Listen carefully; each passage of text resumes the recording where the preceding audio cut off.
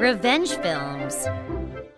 I worked for a certain company, and I lived together with my wife. I received a large paycheck, but because of that, I had to go on business trips a lot. I started to think that it's about time I have children, so I decided to ask my boss to transfer me to a department where I don't have to go on business trips at all. My boss did accept my request, but I was told that I couldn't transfer immediately, and that I can transfer 2 months after the approval of the application. So before my transfer to a different department, my work days were filled with business trips. Work went smoother than I thought. That's why I was able to go home a day earlier than expected. I happened to bump into an old friend.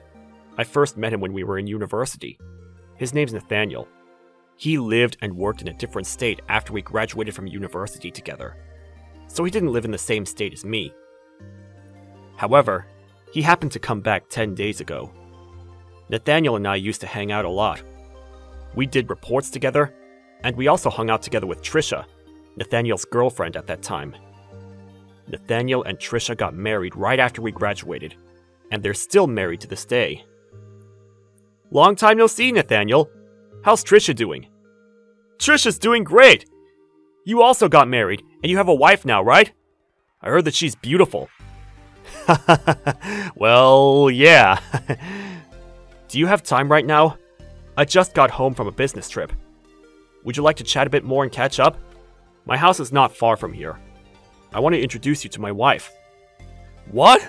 Really? In that case, I think I'll take up your offer. Sure, let's go. Nathaniel and I continued to catch up with each other. A few minutes later, we arrived at my house. To my surprise, there was a car I'd never seen before that was parked in our garage. Huh? Whose car is that? Debbie probably invited one of her friends over. In that case, I should probably come over next time. Don't worry about it. It's no big deal. Saying that, Nathaniel and I headed to the door and went in.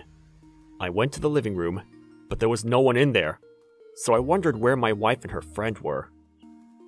I heard some noises coming from the bedroom, so I slowly walked to the bedroom, being careful not to make any loud noise. The door was open a little bit, and to my utter shock, I froze and found myself unable to move. I saw my wife doing it with a man on the bed in our bedroom. Seeing me stiff and unable to move, Nathaniel slowly pulled me and then pushed me outside. Jake, are you alright? Nathaniel asked me, concerned, but I was extremely shocked, so I wasn't able to answer his question. I panicked because of what I just saw, and I was in such a daze that Nathaniel knew he had to do something, so he took me to his house in the meantime.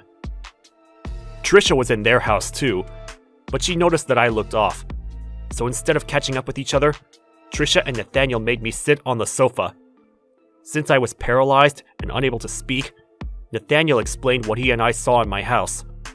Trisha then reacted.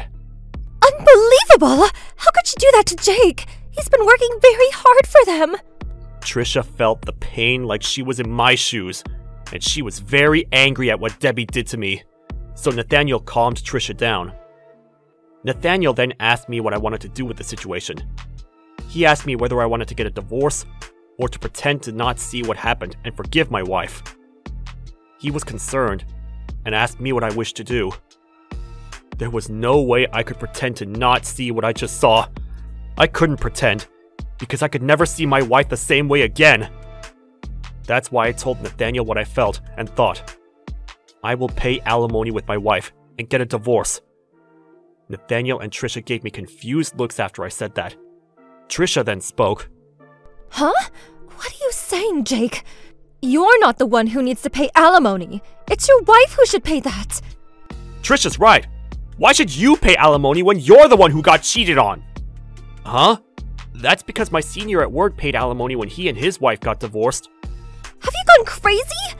He paid the alimony because he's the one who cheated on his wife. The person who got cheated on is the one who has the right to demand alimony from the person who cheated on him or her. This is a general knowledge. Even middle school students know this fact. Listen, we're going to bleed her dry. Trisha then started dialing the detective agency number. She skillfully explained the situation and requested for the detective to gather pieces of evidence of my wife's affair. The reason why she knew immediately what to do is because her friend was also cheated on before, and they requested a detective agency together to gather pieces of evidence. Then Trisha said to me, Listen, I understand that you feel like grilling your wife about the manor. However, you and my husband do not have any evidence that you saw them doing the thing. That is why you need to resist the urge to grill her questions unless they have the evidence. This is a very critical moment, you know. That's right. Also, if it's difficult for you to live with your wife right now, you can stay here with us for the time being. Just make up some kind of excuse. If you do that, your wife's guard will probably go down, and you'll be able to gather evidence faster. Nathaniel told me that, and I was a little perplexed at first, but I decided to follow my friend's advice. Nathaniel's house was about a 40-minute drive away from my house, so I made an excuse to my wife, saying that my mother sprained her back, so I'd have to stay at my mother's house for a while, which was also a 40-minute drive from our house. Her response broke my heart even more, because she said it with a happy tone. Is that so? I feel a bit sad, but take good care of your mother, okay? I couldn't believe anything that came out of my wife anymore. After that, I asked the detective agency, and they were able to get a lot of information, so they told me everything they found out. I learned that the man works in the wedding industry. Then, just as expected, knowing that I wouldn't be home for a while, my wife invited the man over to our house for consecutive days, and they also went to a hotel. Then, just when I thought it wouldn't get worse, I learned that my wife used my savings for her expenses with the man. The reason why I learned this information is because Trisha told me that if Debbie and the man went to hotels a lot, they would need money for that. There was a possibility that the man was the one paying for the room, but if that wasn't the case, she said that there was a huge responsibility that she withdrew my money from the bank. So I checked my account, and bingo! Trisha's suspicions were right. At first, I felt sad, lonely, and depressed. But with the pieces of evidence collected, and everything that she did to me, I started feeling like I needed to punish her. I was finally able to get my hands on all the evidence that I needed, so I asked Nathaniel and Trisha to introduce me to a strong divorce lawyer, and fought back. First of all, I sent a certification of contents to the company of the man, who worked in the wedding industry. I heard that he was immediately fired after the documents I sent were seen by his boss, especially because instead of wishing happiness to the newlyweds, he showed unacceptable behavior that disrespects their clients. The man had a high position in their company, and he was in a vice presidential seat, but because of his stupid affair, he lost his status and his job in a day. Of course, I demanded alimony from him, and I made him pay tens of thousands of dollars. He's probably stunned that his smooth sailing days suddenly collapsed because of his unforgivable behavior. And second, my wife. I of course told my parents-in-law that their daughter cheated on me. Debbie was the youngest among her siblings, and both her older sisters worked in the education industry. Both Debbie's parents were very strict people, so I was aware that they hated the word affair the most. My wife had no clue about what was happening behind her, so she continued to go about her days normally. One day, she received a call from her father. Oh, it's from Dad. I wonder why he's calling me. She nonchalantly answered the phone, but a second later, I heard a loud, angry voice coming from the other end of the phone. Then my wife turned pale and sick. I thought she lost all her blood. She then collapsed to the floor after that. After her father hung up the phone, Debbie regained her consciousness and said to me, Jake, I'm sorry. Please forgive me. I beg you, please don't divorce me. Please, I'll do anything. I beg you, please. My wife apologized again and again, but I had no feelings for her anymore. Pack all your things up and leave this house today. Go back to your parents' house and stay out of my sight. I will, of course, demand alimony from you, and the money that you used to fund your immoral acts.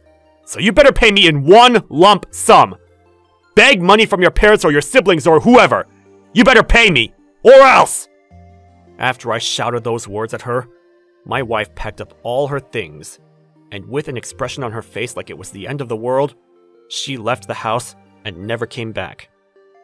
After that, her parents paid for everything in one lump sum, including the money she used from my account. It amounted to a whopping $80,000. But since her parents were the kind of people who worry about what others think of them, I knew that they would prepare the money and they would pay me the money without a doubt. However, my wife's hellish life will most probably continue for a very long time. In the meantime, Debbie was kicked out of her parents' house, and I heard that she moved to a small apartment. Debbie lived in comfort when she was a housewife, but she will probably need to work from now on for her to pay back her debt. After everything that happened had finished, I met with Nathaniel and Trisha again to tell them how thankful I was for their help. My friends responded very humbly. If it weren't for the help of my friends, I would have paid alimony for the divorce, and Debbie would probably be overjoyed by now. That's why I'm truly thankful for my friends. Also, I'm very thankful that Nathaniel was there with me when I witnessed that shocking scene. If I was alone when that happened, I don't think I would have been able to endure the pain. After everything that happened had been settled, I sold my house and moved out. Nathaniel and Trisha helped me out again, with moving out this time. I am truly grateful to have such supportive and caring friends. I lost my wife because she cheated on me, but I gained 2 trustworthy and understanding friends in the process. How was today's video?